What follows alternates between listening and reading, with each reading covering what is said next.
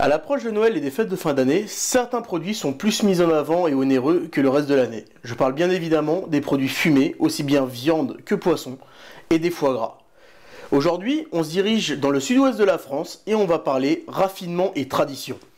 On va voir ensemble comment préparer un délicieux magret de canard fumé, parfait pour vos apéritifs ou plats d'accompagnement. Avant de plonger dans la préparation, parlons un peu d'histoire. Saviez-vous que le mot magret vient du gascon, une langue régionale du sud-ouest de la France ? Ça signifie tout simplement morceau de viande. En fait, le magret est un produit relativement récent dans la cuisine française. À l'origine, le canard était consommé en entier dans les foyers paysans, notamment sous forme de confit, mais dans les années 1960, André Daguin, un chef du Gers, a eu l'idée de le cuisiner comme un steak plutôt que de le confire. Et depuis, ce morceau de viande est devenu une star, fumé, séché, même rôti. Le magret est maintenant apprécié bien au-delà de la Gascogne. Alors pour réaliser cette recette, voici ce qu'il vous faut. Un beau magret, du gros sel, des baies roses dans mon cas, des herbes comme le thym ou le romarin, ou dans mon cas des graines de coriandre, et un peu de sucre. Côté matériel, un fumoir ou un barbecue avec un couvercle et du bois de fumage. Aujourd'hui, j'utilise du bois de hêtre, mais du bois de pommier fonctionne aussi très bien pour un goût plus doux. Dans un premier temps, on va venir habiller le magret, c'est-à-dire qu'on va venir à l'aide d'un couteau fin, de type filet de sol ou office, retirer les nerfs, le gras qui reste, l'excédent de gras sur le pourtour, et les autres impuretés telles que les petites billes de sang qui peuvent rester. Mais attention, pas trop non plus. Ce serait quand même dommage de retirer trop de gras, étant donné que c'est quand même celui-ci qui va venir nourrir notre magret pendant qu'on va le dessécher et qu'on va le fumer. Il est là pour protéger et pour le nourrir. Donc pas trop de gaspillage.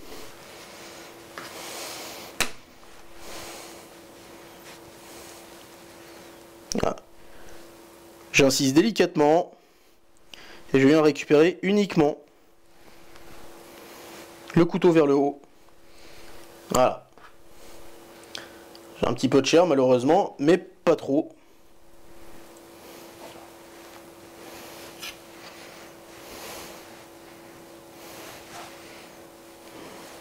Voilà. Et une petite bille de sang. Ça repart tout seul. Alors le magret, voilà, sur le gras, je vais venir retirer ce qui est en trop.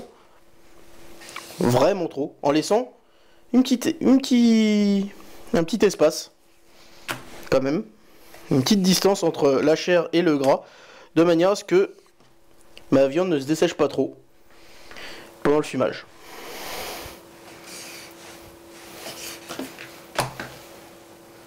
Alors, il n'est pas nécessaire de retirer tout le gras comme je le fais, mais dans mon cas, je préfère. Je suis pas un très grand fan du gras de canard comme ça. Ensuite, on va venir du coup retirer les nerfs, comme on a dit, sans trop abîmer la chair.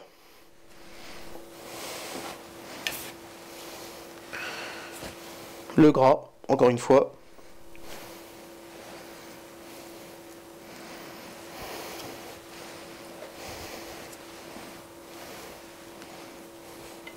Et ici, il reste un très grand nerf.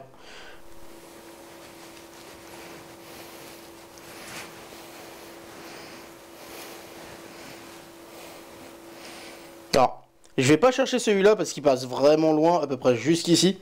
Et ce serait dommage d'abîmer le magret. Voilà. Je le retourne de l'autre côté pour vérifier qu'il n'y ait pas d'impureté.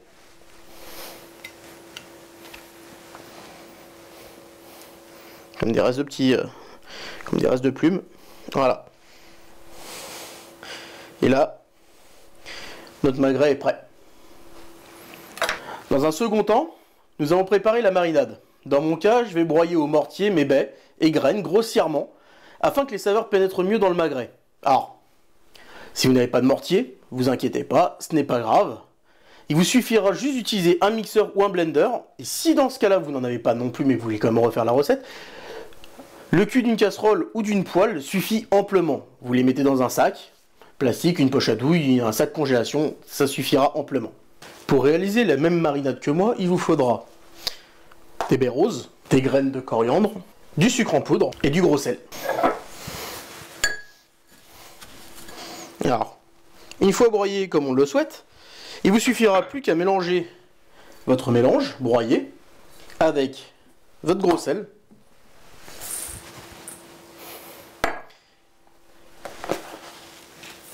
et le sucre en poudre. Alors dans mon cas, sur un magret de canard, on est parti sur une base de 300 g de gros sel pour 50 g de sucre. Et après, sur les graines ou les herbes, ça c'est à votre bon vouloir. C'est à votre jugement, à votre choix personnel.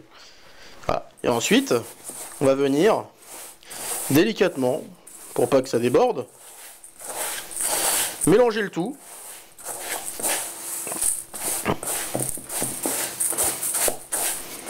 De manière à ce que ce soit homogène.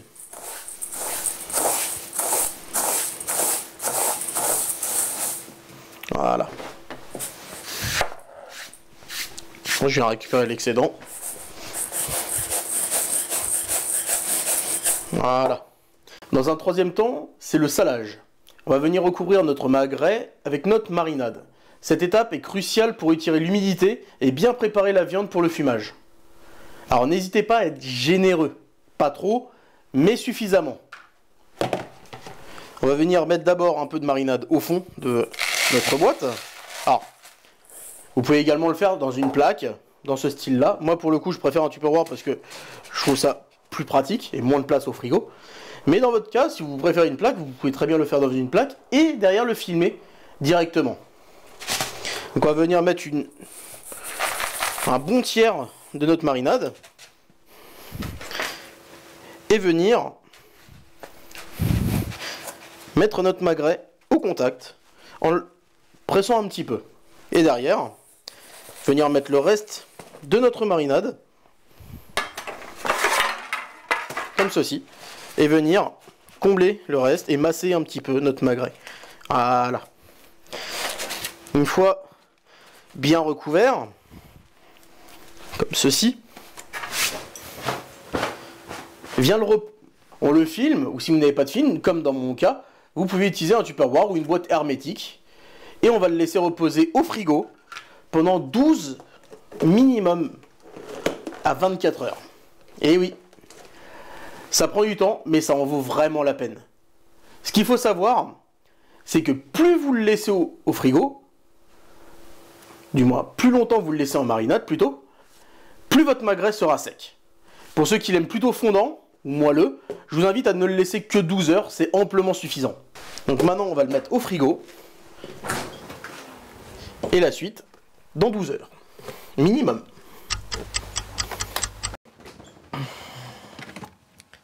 On se retrouve donc 24 heures après pour sortir notre magret de la marinade et pouvoir justement le rincer. On va le rincer, à quoi ça sert? Ça nous permet justement de pouvoir retirer l'excédent de sel, de garder la quantité maximale d'assaisonnement et la quantité minimale de sel. Voilà.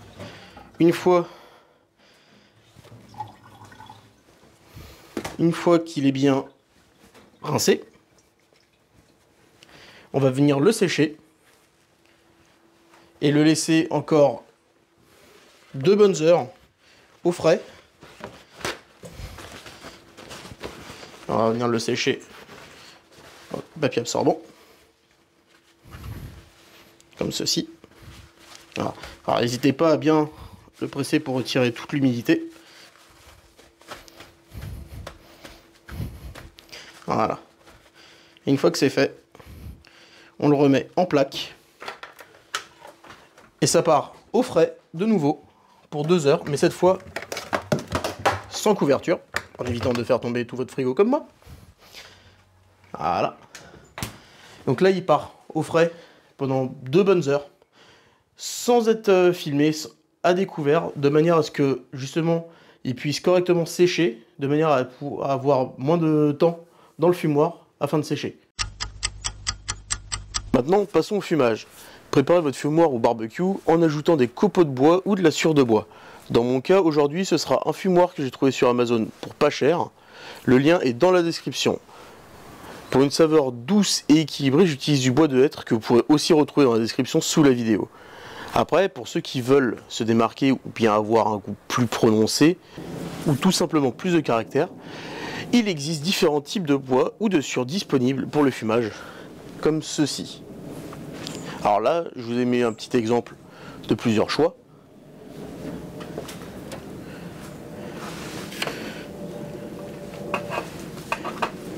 Vous reconnaîtrez le gros sachet effectivement de bois de hêtre, mais vous avez également du bois d'amande, du bois d'olivier, oak, je ne me souviens plus ce que c'est, du bois d'oranger, du bois de noyer et du bois de citronnier. Après vous en avez bien d'autres, il existe également le bois de pommier qui est excellent, notamment avec le porc fumé. On place ensuite le magret directement dans le fumoir, sans la plaque. Alors, soit sur les grilles qui sont déjà présentes, comme ceci, ou bien alors tout simplement à la verticale, à l'aide d'un crochet. Moi je préfère cette technique parce que ça me permet d'avoir un fumage qui est beaucoup plus homogène, sans avoir de contraintes sur la chair en fait. Ça permet d'éviter les marques et je trouve ça beaucoup plus pratique. À la suite de ça, on va venir retirer la petite trappe et découvrir une petite surprise qui nous manquait des grilles.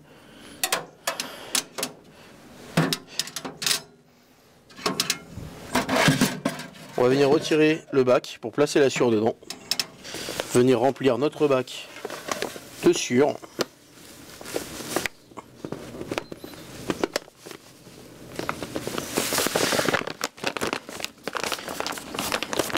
Comme ceci.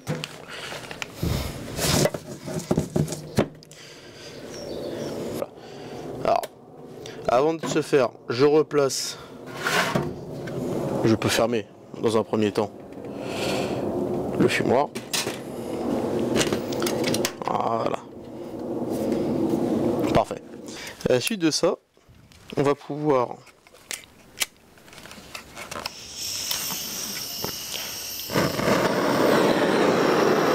allumer le chalumeau et venir commencer à brûler la sciure.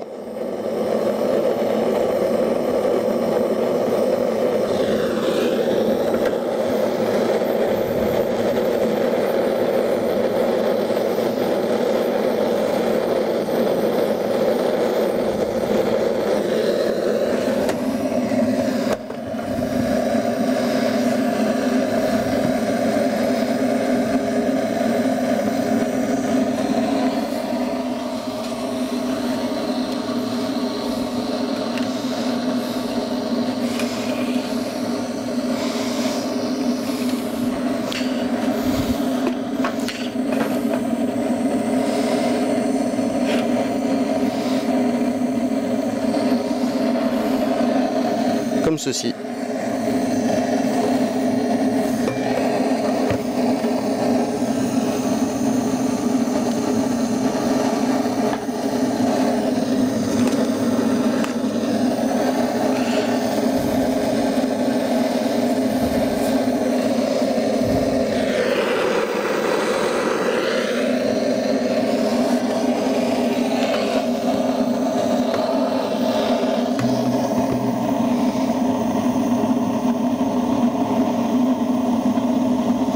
Pour que la sciure prenne, il ne faut pas hésiter à ajouter des morceaux de carton ou de papier carton ou de journaux. De manière à ce que la première flamme du moins persiste et permette de maintenir une fumée assez conséquente. Voilà.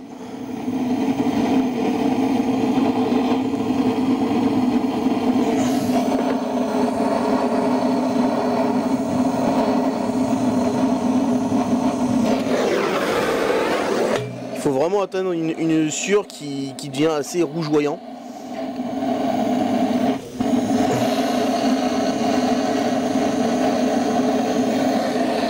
Pour qu'elle puisse continuer justement de brûler.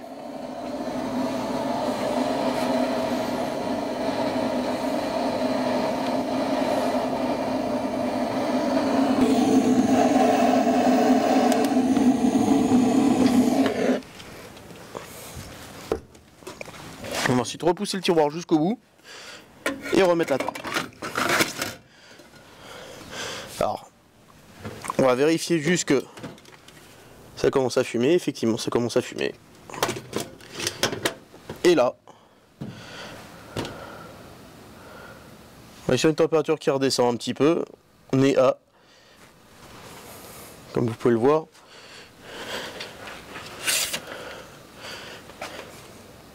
On est aux alentours des 60 degrés. Il faut qu'on arrive à rester entre 60 et 65 degrés puisqu'on va chercher à le fumer avec une température basse. L'idée, ce n'est pas de cuire le magret, mais bien de le parfumer en douceur. Selon l'épaisseur de votre magret et l'intensité de la fumée que vous souhaitez, il faudra compter entre 1h30 et 2 heures pour un fumage classique. Si on désire un fumage plus soutenu, plus poussé, plus prononcé, il suffira juste de le laisser plus longtemps, mais ça, ce sera à votre convenance. L'odeur du bois qui infuse la viande est juste magique. En Gascogne, fumer la viande était une tradition utilisée pour conserver le canard et le rendre encore plus savoureux. C'est un peu comme si on faisait perdurer un bout d'histoire avec chaque morceau de fumée. Cependant, attention, pendant le fumage, restez attentif à la température. Si c'est trop chaud, la viande peut se dessécher ou se cuire. Il faut vraiment rester aux alentours des 60 degrés. Si la température monte trop, il vous suffit d'ouvrir le hourat qui est au-dessus de votre fumoir, ou alors tout simplement si vous le faites avec un barbecue, de soulever légèrement le couvercle afin de la faire redescendre.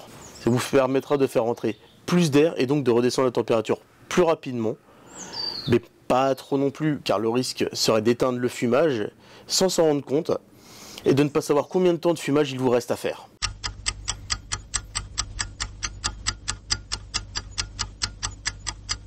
Donc voilà, on se retrouve 2h30 après, presque 3 pour être honnête avec vous. Mais voilà, c'est fait, notre fumage, il est terminé. Et voilà, comme je vous ai dit, une température entre 60 et 65 degrés. Fin de fumage, là on est à 57 degrés. Voilà, c'est normal, le feu il est éteint. Il y a juste la condensation et la fumée qui reste dedans. Donc maintenant on va l'ouvrir de manière à pouvoir voir l'intérieur. Donc c'est normal, il reste encore pas mal de fumée. J'ai l'impression de prendre un shoot de narguilé dans la tronche, mais voilà. Ok, on va récupérer notre magret fumé. Voilà. Une belle coloration sur la peau, et on voit quand même qu'il y a pas mal de gras qui s'est échappé, parce qu'on avait quand même le double. Comme je vous le disais en début de vidéo, ne retirez pas trop de gras justement pour ça, parce que sinon après il va être trop sec. Du coup on a notre chair qui est bien sèche, bien fumée. On dirait une petite bûche de bois à l'odeur. Et voilà, maintenant c'est parti pour une petite heure et demie au frais, de manière à ce qu'il reprenne corps, et après on passera à la dégustation. Et voilà, notre magret est prêt. Après 1 ou 2 heures de frais, de manière à ce qu'il puisse justement se resserrer, de manière à ce qu'il soit bien ferme, pour que la coupe soit plus agréable, on va pouvoir enfin découvrir les résultats de notre labeur. Donc, on va aller attaquer directement dans le cœur, puisque c'est là qui est le plus épais. Et voilà. Waouh! On a une belle couleur rosée, une fine couche de gras qui a au moins diminué de moitié par rapport à la version crue. Maintenant, il est temps de goûter. Comme tout, le plus important, c'est le trancher finement.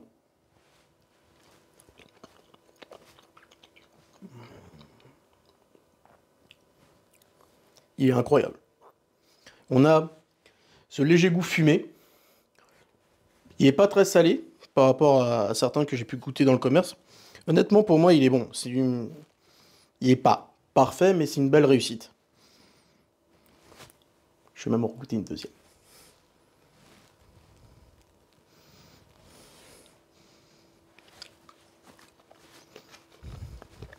Ouais.